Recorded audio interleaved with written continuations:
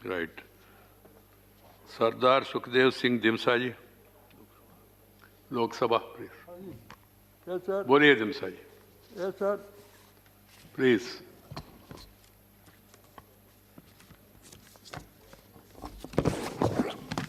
क्या कांग्रेस ने चेंज किया?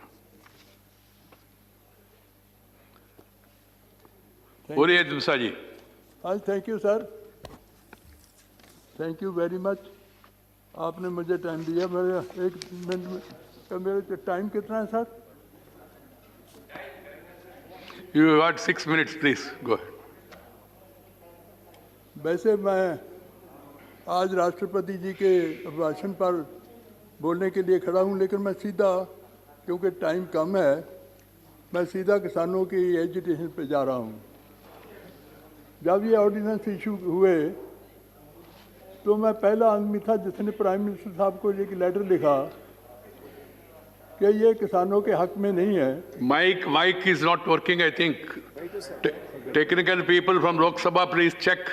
आप बैठ के बोलिए। माइक हाँ, बैठ के बोलिए। You are tall, so no problem. अच्छा, आप बैठ के बोलिए। Please sit down and speak. Thank you sir, thank you. तो मैं सर कह रहा था कि जब ऑर्डिनेंस इशू हुए तो मैं प्राइम मिनिस्टर साहब को एक लेटर लिखा था जिसमें लिखा था कि ये किसानों के हक में नहीं है, इसके लिए इसको वापस लिया जाए।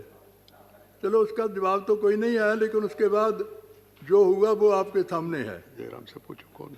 लेकिन मैं ये कहना चाहता हूँ कि अन्नदाता आज इस एजिटेशन पे बैठा है, बॉर्डरों पे बैठा है, लाखों की तादाद में बैठा है।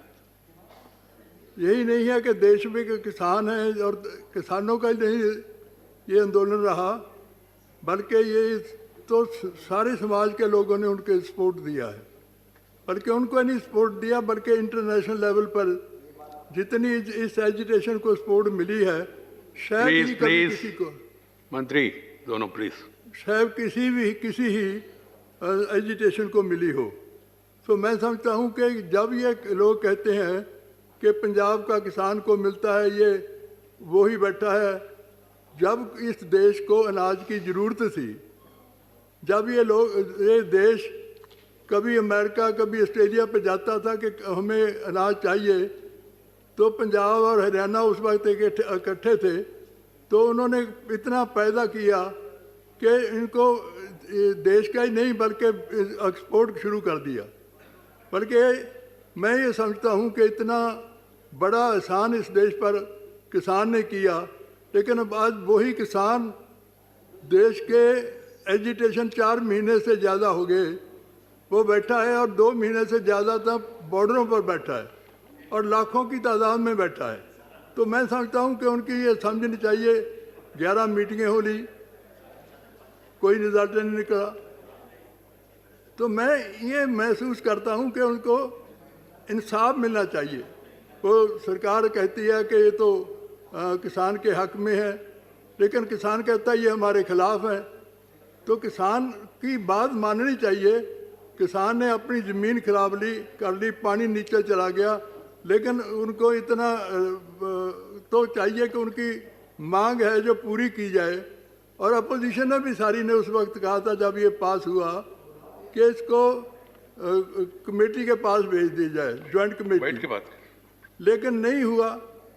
लेकिन आज भी उसका ये है कि सारी अपोजिशन है वो एक जुबान से बोल रही है कि इनको वापस किए जाएं, लेकिन नहीं वापस हो रहे। और मैं ये भी महसूस करता हूँ कि 26 जनवरी को बड़ा काफ़ी हो गया कि 26 जनवरी को तिरंगे का अपमान किया गया। वैसे तो अपमान का हमने किसी को देखा नहीं होता, लेकिन मैं समझता हूँ कि जिन लोगों पर इल्ज़ाम लगाया जा रहा है, कभी उसको अतवादी, कभी देशद्रोही, कभी खालिस्तानी, कभी कुछ कहा जाता है, लेकिन उन्होंने ही सबसे ज़्यादा कुर्बानियाँ दी थी इस देश आज़ाद करने के लिए। सर, मैं थोड़ी सी आपको फिगर देना चाहता हूँ जो सरकार की फिगर है कि जद्दोजहद में, आज़ादी की जद्दोजहद में तो 121 को फांसी की सज़ा दी गई, हैंग्ड। 93 सिख थे सिर्फ, पंजाबी अकेले पंजाबी नहीं सिख थे, और जिनको लाइफ इम्प्रिजनमेंट हुई वो 2646 में से 2147 हमारे सिख थे। और जलियांवाला बाग में 1300 शहीद हुए, उसमें तो 799 800 हमारे थे। यही नहीं है, बजबज में मारे गए उसमें 113 में से 67 हमारे थे। और इसके अलावा जलियांवाले कूका मूवमेंट आई, 91 को मारा गया, शहीद किया गया, तो 91 की सभी के सब सिख थे। और अकाली मूवमेंट में 500 शहीद हुए, 500 के 500 सिख थे। इसलिए मैं समझता हूँ कि 4771 अगर को सजाएं मिली या शहीद हुए तो उसमें 3697 थे। तो मेरा मतलब कहने का है कि आज उनको कभी अतवादी कहा जाता है, कभी खालिस्तानी कहा जाता है, कभी वो ठीक है।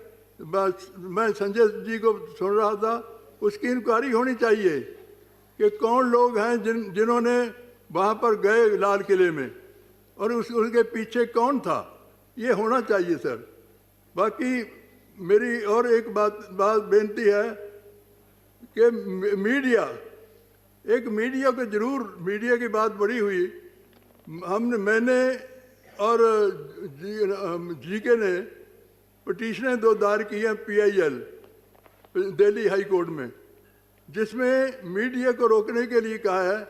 एक मीडिया की हमने कैसेट भी दी है, वो आज तक के जो एक 26 जनवरी को मंदिर का टेबलो आया था, उसका किसी ने उखाड़ दिया, थोड़ी बहुत नुकसान कर दिया, लेकिन वो कह रहे थे सिखों ने कर दिया, जबकि कभी कोई तस्वीर नहीं दिखा रही, कुछ नहीं। वो ऐसे कुछ मीडिया है ऐसी फैलाया करके एक हिंदू और सिखों की और कम्युनल हार्मनी को नुकसान पहुंचाना चाहते हैं। उन पर उनका रोकना चाहिए, उनको बिल्कुल ख़त्म होना चाहिए, ऐसी बात नहीं होनी चाहिए। दूसरा, इन एक्ट से सर बड़ी बात है कि स्टेट्स की पावर है, एग्रीकल्चर स्टेट सब्जेक्ट है, लेकिन फेडरल सिस्टम को नुकसान हो रहा है।